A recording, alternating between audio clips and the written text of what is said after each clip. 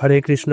সামনেই আসছে গৌর পূর্ণিমা, খুব বেশি দিন দেরিও নেই। আর এই গৌর পূর্ণিমা উপলক্ষে অনেকেই ভাবছেন চৈতন্য চৈতামৃত কিনবো, আবার অনেকেই হাউ তাস করছেন যে এত টাকা দাম। যদিও খুব বেশি দাম নয়, কেনা যায় সহজে। কত টাকা কত জায়গায় খরচ হয়েছে, তবুও কিছু মানুষ ভাবছেন যে অত দাম আমি কি করে কিনবো। বিশেষত যারা স্টুডেন্ট, তাদের কাছে 3-4 হাজার টাকাও অনেক টাকা। তারা কিন্তু জয়প্রকাশ সাই মহারাজের এই গৌরাঙ্গ বইটি কিনতে পারেন। কারণ জয়প্রকাশ সাই মহারাজ এই গৌরাঙ্গ বইটিতে চৈতন্য মহাপ্রভুর যে লীলাটা আছে, তার আবির্ভাব লীলা, তার বাল্যলীলা, তার জগন্নাথপুরী এবং অন্তলীলা, নবদ্বীপ ধাম এবং যৌবনলীলা, অর্থাৎ তার পুরো জীবনটাকেই এই একটা বইতে সন্নিবেশিত করেছেন। এবং শুধু এখানে চৈতন্য চৈতামৃত থেকেই নয়, বরঞ্চ চৈতন্য মঙ্গল এবং চৈতন্য ভাগবত থেকেও যে অচেনা কাহিনীগুলো আছে, সে সমস্ত কাহিনীগুলোকে নিয়ে তিনি একটা সুন্দর গ্রন্থাকারে এখানে দিয়েছেন। তার সাথে সাথে প্রভুপাদ মাঝে মাঝে চৈতন্য মহাপ্রভুর ব্যাপারে যা যা উপদেশ দিয়েছিলেন, যা যা কথা বলেছিলেন, সেই উল্লেখগুলো এই গ্রন্থে রয়েছে। তাই এই গ্রন্থটা চৈতন্য মহাপ্রভুর জীবনের উপর ভিত্তি করে এক অসাধারণ অসামান্য গ্রন্থ আমি মনে করি। এবং অবশ্যই আমার কাছে চৈতন্য চৈতামৃত, চৈতন্য ভাগবত, চৈতন্য মঙ্গল তিনটেই আছে। তা সত্ত্বেও আমি এখন এই গ্রন্থটা পড়ছি এবং এখন এত সুন্দর লাগছে আমার পড়ে, যে আমি মাঝে মাঝেই এই গ্রন্থটা প্রত্যেকটা ইম্পর্টেন্ট জায়গায় আমি দাগাচ্ছি। ঠিক আছে। এবং যখনই আপনি এই গ্রন্থটা পড়বেন পড়বেন পড়বেন পড়তেই থাকবেন এবং একসময় আপনার মনে হবে যে সময় কখন চলে গেল আপনি বুঝতেই পারলেন না। এত সুন্দরই এর মধুর শব্দচয়ন।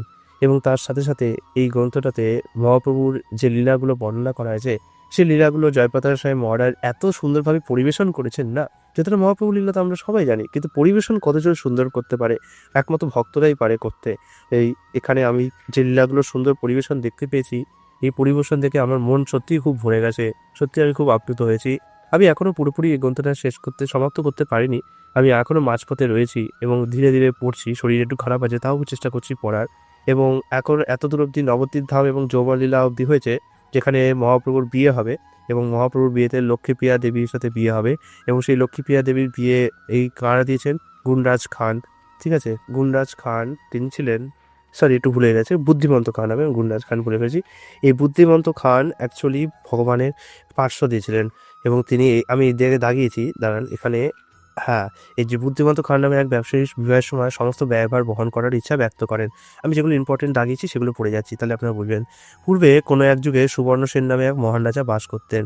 তার প্রাসাদের নাম ছিল সুবর্ণ বিহার, যেটি গোদরুম দ্বীপে অবস্থিত। তিনি ধার্মিক রাজা হলেও সব করতেন জলজাগতিক লাভের জন্য। তাই নারদমুনি একদিন তার কাছে এলেন এবং তিনি বললেন, দেখলেন যে এই রাজা খুব শ্রদ্ধাশীল এবং তাকে খুব সম্মানের সাথে অভ্যর্থনা জানিয়েছেন। তাই তিনি বললেন, আমি তোমাকে একটা বর প্রদান করব। তখন রাজা বললেন, আমি সব রকমের ধর্মীয় আচার অনুষ্ঠান ও তপশ্চর্যা সম্পাদন করি। তখন নারদমুনি জিজ্ঞেস করলেন, তোমার লক্ষ্য কি? রাজা বললেন, আমি স্বর্গে যেতে চাই। আমি চাই আমার রাজ্য আরও সমৃদ্ধিশালী হোক। তখন নারদমুনি বললেন, ভালো, তুমি যা করছো তাতে কোনো ভুল নেই, সব ঠিক আছে, কিন্তু এই সবই তো জড়জাগতিক বিষয়। ঠিক আছে। কয়েকজন মানুষ কখনো কখনো একটি পরিবারের মতো বাস করতে পারে, কিন্তু এটা একটি নদীতে ভাসা খড়কুটের মতো। কখনো কখনো নদীতে ঘূর্ণিস্রোতের ফলে সেই খড়গুলো একসাথে হয়, আবার কখনো কখনো আলাদা হয়ে যায়।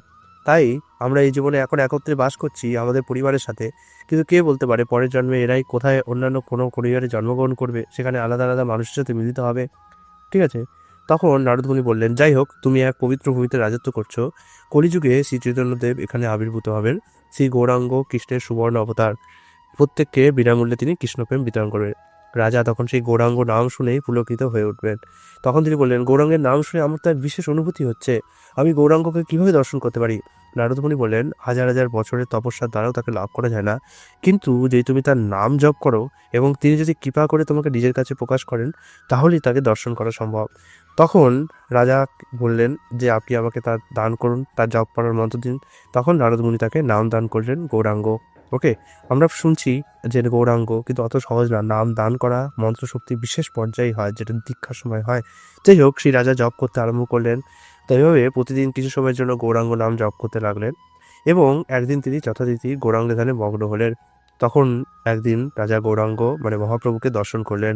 তার রূপ ছিল অনন্ত অপূর্ব এবং তার 7 ফুট লম্বা ছিল হচ্ছে চেহারা।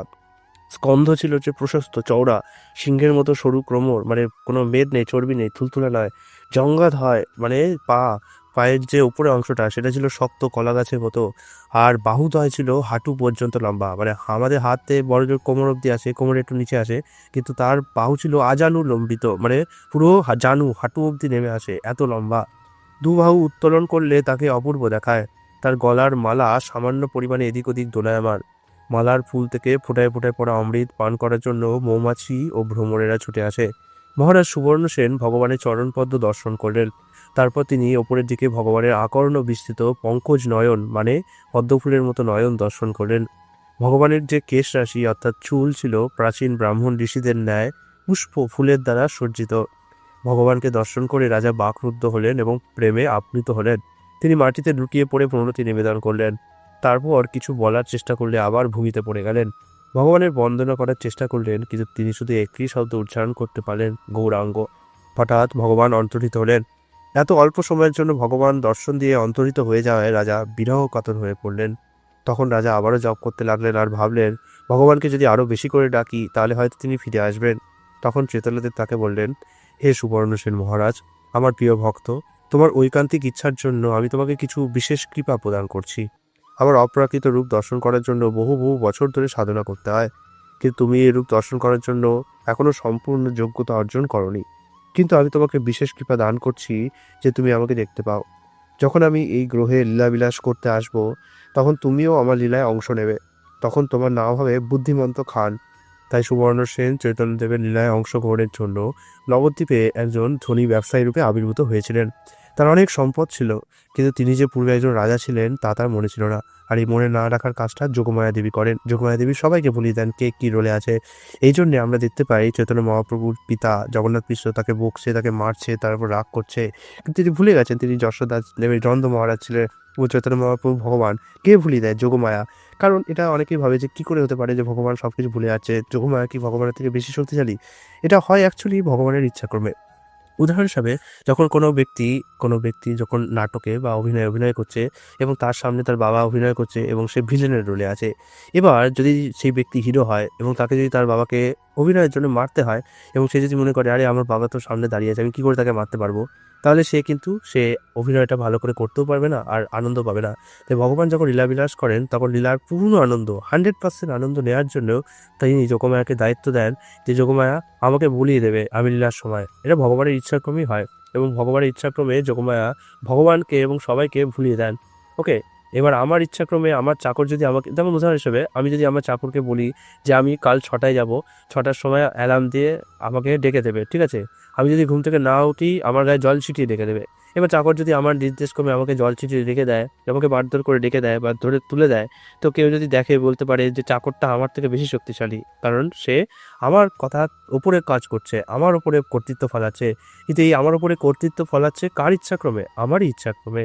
ঠিক সেইভাবে যোগমায়া দেবী ভগবানেরই ইচ্ছাক্রমে ভগবানের ওপর কর্তৃত্ব ফলায়। কর্তৃত্বটা ঠিক না, মানে মায়ার পর্দা বিস্তার করে, যেটাতে ভগবান লীলার পূর্ণ আস্বাদন করতে পারেন।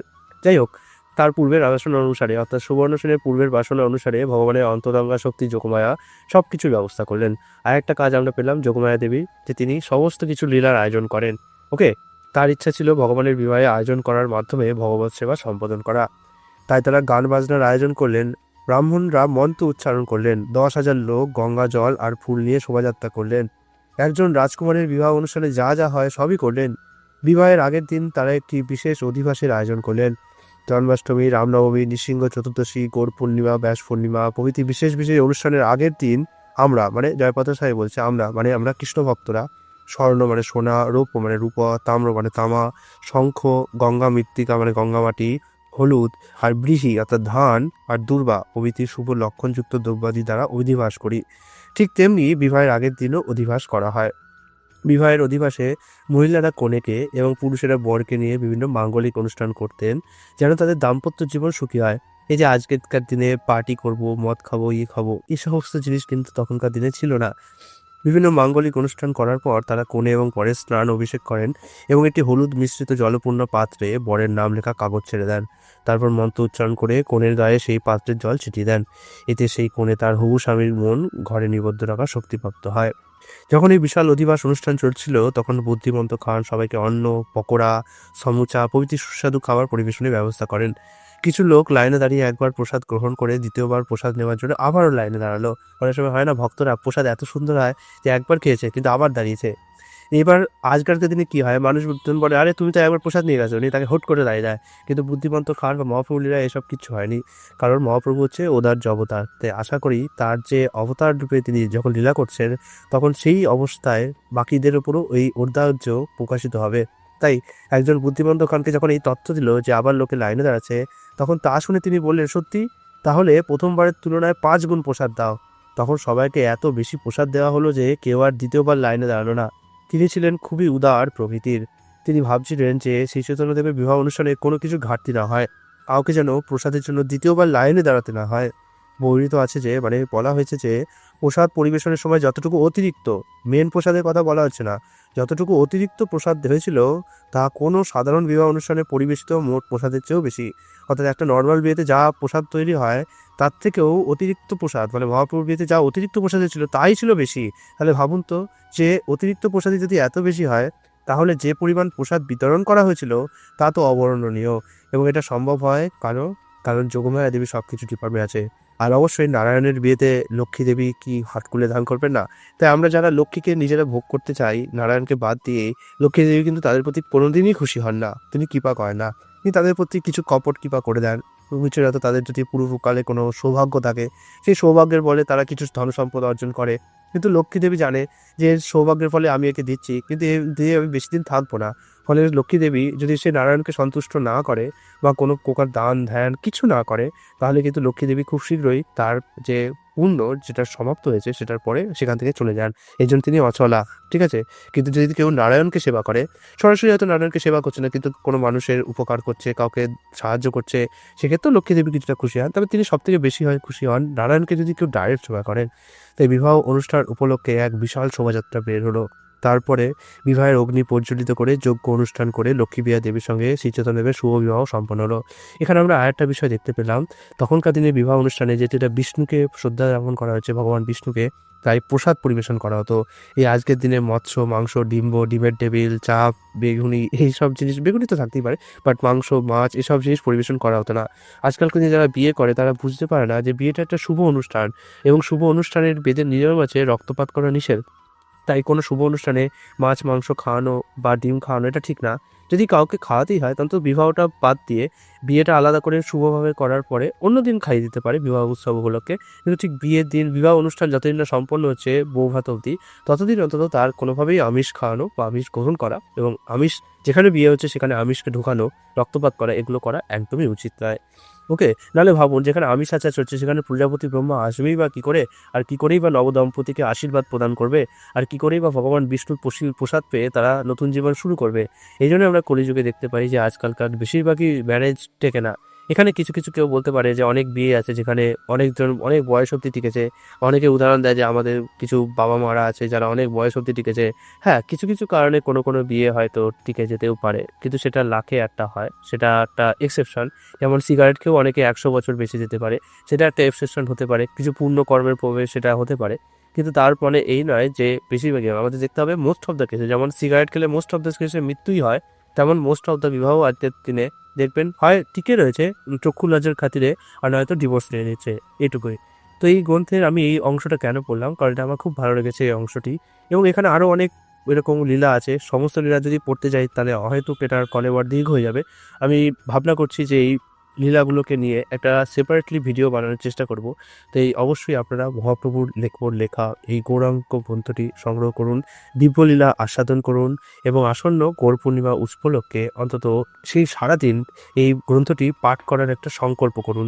তাহলে কি হবে, চৈতন্য মহাপ্রভুর প্রতি যখন আপনাদের মন নিবিদ্ধ হবে, তখন আপনারা কৃষ্ণকে প্রাপ্তির দিকে আরও এক ধাপ অগ্রসর হবেন। হরে কৃষ্ণ।